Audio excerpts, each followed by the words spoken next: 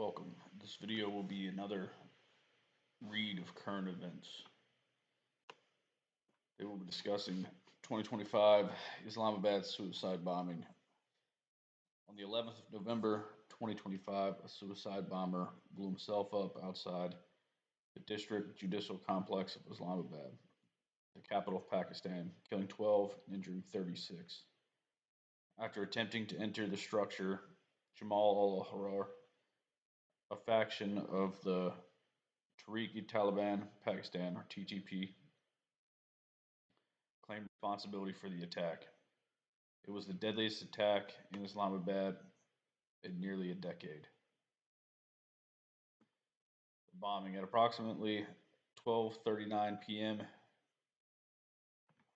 PKT, a suicide bomber attempted to enter the gates of the court complex in the G11 sector of Islamabad, located adjacent to the Srinagar highway.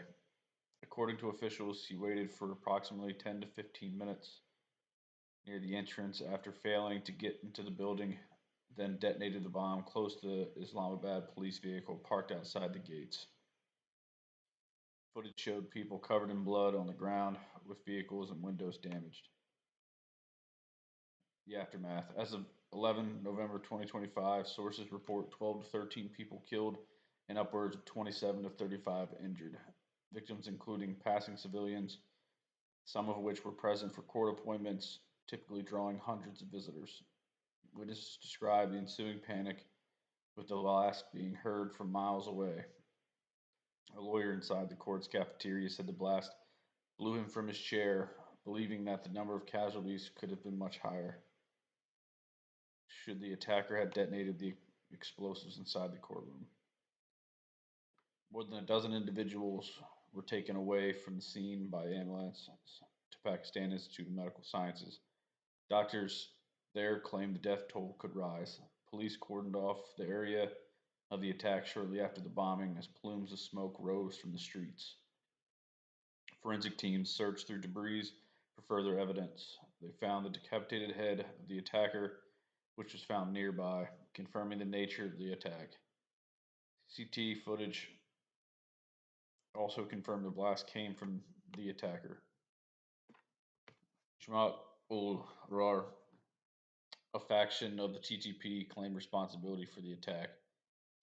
The TTP itself officially denied involvement in the attack. In a statement, the TTP said judges, lawyers, and officials who carried out rulings under Pakistan un-Islamic laws were targeted.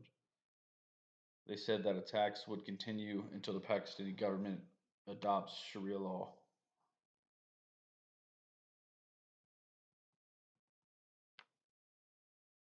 Analyst Adam Weinstein, Quincy Institute for Responsible Statecraft, noted that the bombing represented one of the first attacks in Islamabad since the resurgence of the insurgency in Khyber Pakhtunkhwa starting in 2021. With its added security compared to the northwest, he regarded attacks in the capital as the ultimate litmus test. If Islamabad isn't safe, nowhere is. In response, the government condemned the attack, launched the investigation, and said perpetrators would be brought to justice. The Prime Minister described the attacks on unarmed civilians as reprehensible. Defense Minister declared the country was in a state of war following the attack and described the incident as a wake-up call. The President described the attack as suicide blast and expressed his condemnation. Naqvi stated that the attack was carried out by Indian-backed elements of the Afghan Taliban proxies.